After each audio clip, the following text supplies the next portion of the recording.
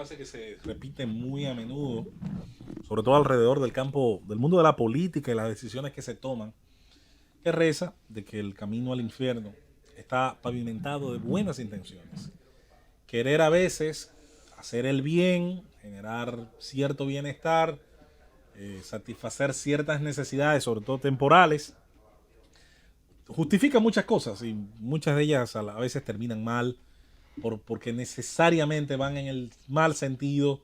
porque necesariamente se basan en malos cálculos o porque parten de premisas que muchas veces no están basadas en la parte científica que debería tener la política, sobre todo aquella que ya tiene el mandato de manejar recursos públicos. Un gran ejemplo de ello es el del transporte. No hay problema que se haya analizado más para el bien, para el mal, para el éxito limitado y para el fracaso masivo y que todos los días vemos como el del tránsito. Un campo que está, además de estudios, de levantamientos, está lleno muchas veces de propuestas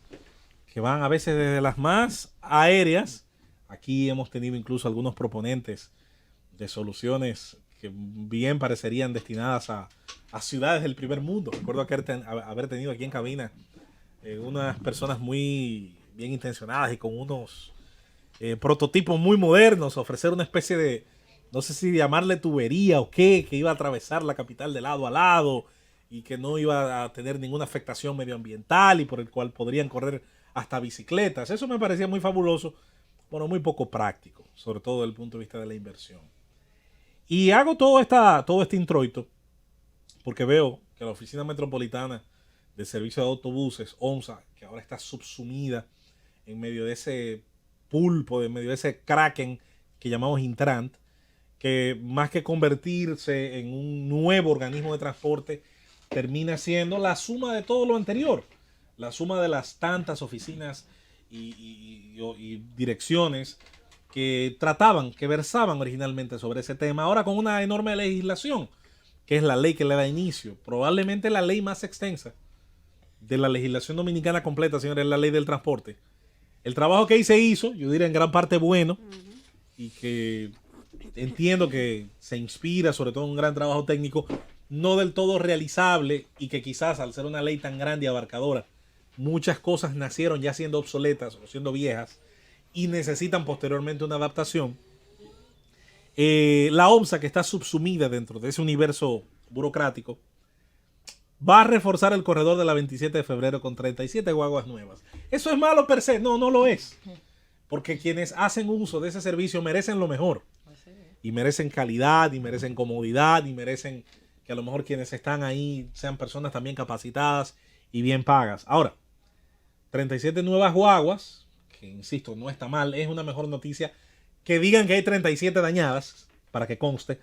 Pero ¿qué diferencia va a hacer al final? Esto es como tirarle, no sé, 100, 200 sobres de Kool-Aid al mar y pretender que esto lo va a endulzar o le va a cambiar el sabor al agua. No, se va a diluir en el todo, en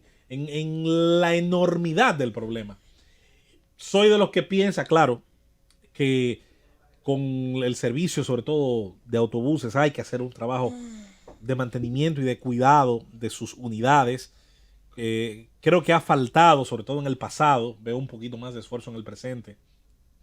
darle un mantenimiento preventivo a esa gran inversión que se ha hecho con el dinero del contribuyente, al adquirir autobuses, que muchos de ellos, sobre todo al venir, al momento en que llegan, ciertamente son unidades modernas, sobre todo las que se adquirieron en Brasil, en aquella fábrica que era subsidiaria de la Mercedes-Benz, la Cayo, que era la fábrica situada pues en ese enorme país sudamericano y desde la cual se surtió la necesidad del servicio de autobuses público. El verdaderamente público, ¿qué es ese? Porque el resto no es público, es masivo. A la larga, yo creo que va a terminar comprobándose lo que mucha gente tiene años diciendo desde diversos medios. El tránsito necesitará hacer un levantamiento, ruta por ruta, abrir una licitación que sea pública, abierta, donde las empresas que en mejor capacidad de brindar ese servicio y con las mejores unidades y con un personal entrenado y capacitado, porque el tránsito, tuvo la extraña particularidad de ser el peor servicio dominicano por muchísimo tiempo y en muchas rutas lo sigue siendo. Y el personal que lo brinda, producto de su enorme falta de capacitación y cuidado, ni siquiera el concepto de servicio al cliente era importante, le daba un trato y le da un trato muchas veces a ese usuario, como si el que estuviera recibiendo dinero fuera él. Usted recibía el boche, el maltrato, ni hablar obviamente del tema de los espacios o del tema de la higiene o de los temas del cuidado. Usted recibió un trato como si el pasaje fuera usted que se lo estuvieran pagando. Y esa es la actitud de una gran parte del personal que brinda ese servicio. No de otros, que pienso forman una parte importante de él y que poco a poco han ido pues aprendiendo que ese pasajero al final de su bolsillo es que sale el dinero que permite su subsistencia y que le permite obviamente después hacerse cargo de unos costos donde yo digo siempre que es la parte perdedora sale siendo ese chofer. Se han enriquecido sus líderes, se han enriquecido sus, entre comillas, representantes, se han enriquecido todos menos él. Sobre todo porque hay un sindicalismo malentendido. De esa trampa va a ser difícil sacar al chofer de carro público, muy difícil, porque está imbuido en un idioma donde le presentan el entramado al que pertenece como una cosa y comercialmente es otra, que ha favorecido a algunos. Y esos algunos que han obtenido mucho poder económico y político, después no hay nadie que le mete el diente, porque se les tiene un miedo, además de que han sabido, y siempre le he reconocido, me quito el sombrero, ese disfraz, sobre todo ideológico, goza del aprecio de cierta gente que se crió con sus, o se formó, mejor dicho, con sus nostalgias revolucionarias y cree que todo el que se pone una camiseta con la cara del Che Guevara es tan revolucionario como él. Cuando en la práctica lo que se maneja en ese sentido son oligopolios y los oligopolios tienen ciertas particularidades siempre negativas para el usuario final. Hay que abrir, y ya hay sentencias que en esa dirección van,